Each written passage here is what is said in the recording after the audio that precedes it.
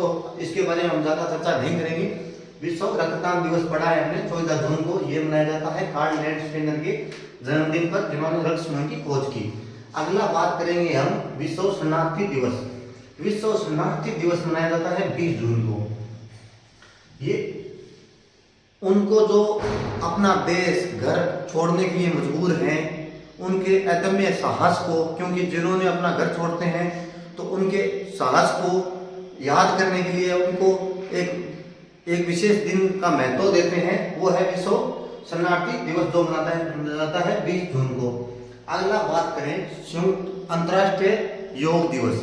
अंतर्राष्ट्रीय योग दिवस मनाया जाता है जो 21 जून को, जिसकी घोषणा हुई थी, यूएन ने घोषणा की थी, यूनाइटेड नेशन ने 2014 में, और पहली बार मनाया गया 2015 में पहली बार, और अब की बार मनाया गया है ये 11वीं बार।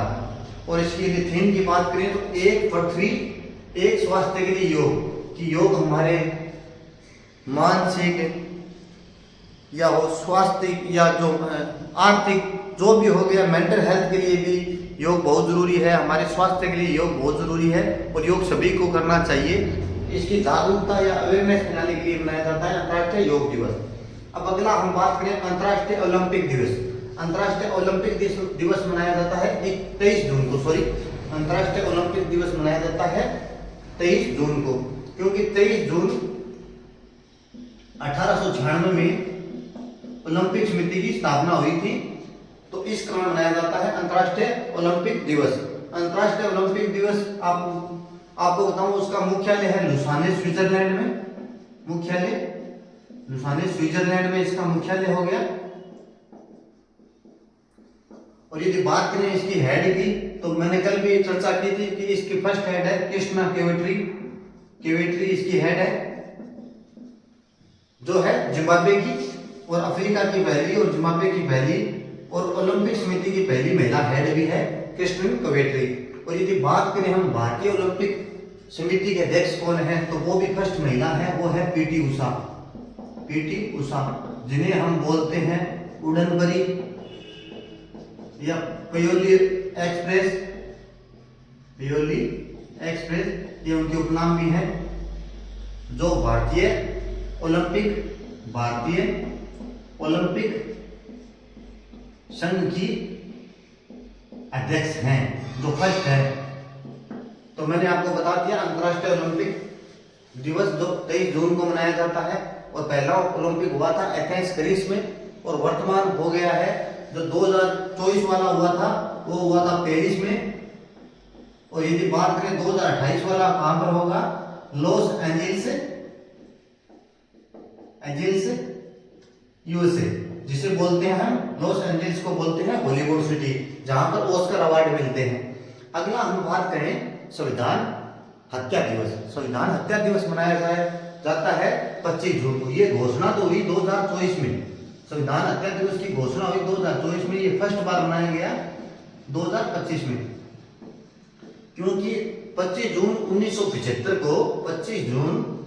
1975 को आपातकाल लगा था, और आपातकाल के कारण जो प्रेस की स्वतंत्रता है या व्यक्तियों की निजी स्वतंत्रता है उसको रोका गया था। तो इसी कारण अब वर्तमान सरकार ने ये दिवस संविधान हत्या दिवस के रूप में घोषित किया है, जो 2024 में उसकी घोषणा हुई, और 2025 में ये पहली बार मनाया गया। और यदि हम बात करें कि अभी भारतीय संविधान में आर्टिकल 352, 356 और 360 तीन प्रकार के जो आपातकाल के बारे में लिखा गया है, जो उसमें 352 में है राष्ट्रीय आपात, 356 में है राष्ट्रपति शासन, जहां पर राज्य का संवैधानिक तंत्र विफल हो जाए तो राष्ट्रपति शासन लगता है, और अनुच्छेद 360 ये होता है वित्तीय आपातकाल। वित्तीय आपातकाल का मतलब हो गया यदि किसी देश की वित्तीय स्थिति या बैंकों की स्थिति की फाइनेंशियल कंडीशन, वित्तीय स्थिति खराब हो जाए तो वहां पर लगता है वित्तीय आपातकाल। पर अभी तक भारत में कभी वित्तीय आपातकाल का सामना भारत को नहीं करना पड़ा है। अगला हम बात करें राष्ट्रीय सांख्यिकी दिवस, तो ये मनाया जाता है 29 जून को। ये क्यों मनाया जाता है? ये मनाया जाता है पीसी महालनोबिस के जन्मदिन पर प्रतिवर्ष 29 जून को ये मनाया जाता है। 2007 में इसकी घोषणा हुई राष्ट्रीय सांख्यिकी दिवस। और जो हमारी सेकंड पंचवर्षीय योजना थी, सेकंड पंचवर्षीय योजना जिसका कार्यकाल था 1956 से लेकर 1961 तक, तो इसके ये योजना भी पीसी महालनोबिस मॉडल पर आधारित थी।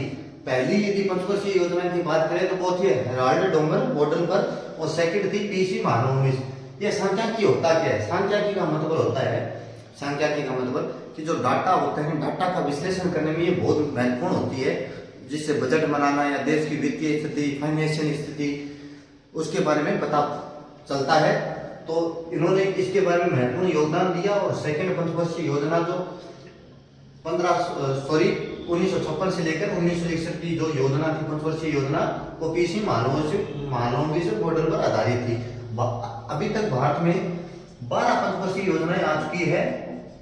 जो अभी पंचवर्षीय योजना आयोग पंचवर्षीय योजना बनाता था, योजना आयोग पंचवर्षीय योजना बनाता था, पर अभी वर्तमान में पंचवर्षीय योजना ना बनकर उनका स्थान, योजना आयोग का स्थान ले लिया है नीति आयोग ने, जिसने कार्य करना स्टार्ट किया है 1 जनवरी 2015 से उसने कार्य करना स्टार्ट किया है। तो आज हमने पढ़ लिए महत्वपूर्ण दिवस जून के। हम कंटिन्यू इसी प्रकार आपसे जुड़े रहेंगे और लगातार हम अगली क्लास में आपको पढ़ाएंगे जुलाई के महत्वपूर्ण दिवस। और जो भी करंट की जो नेशनल लेवल की कोई भी खबर होगी देश दुनिया की, वो हम हमारे चैनल के माध्यम से आपको उपलब्ध करवाएंगे। जो कंपटीशन एग्जाम, जैसे कोई भी एग्जाम हो, रेलवे का हो गया, एसएससी का हो गया, या कोई भी सेंटर का एग्जाम हो गया, तो उसमें बहुत उपयोग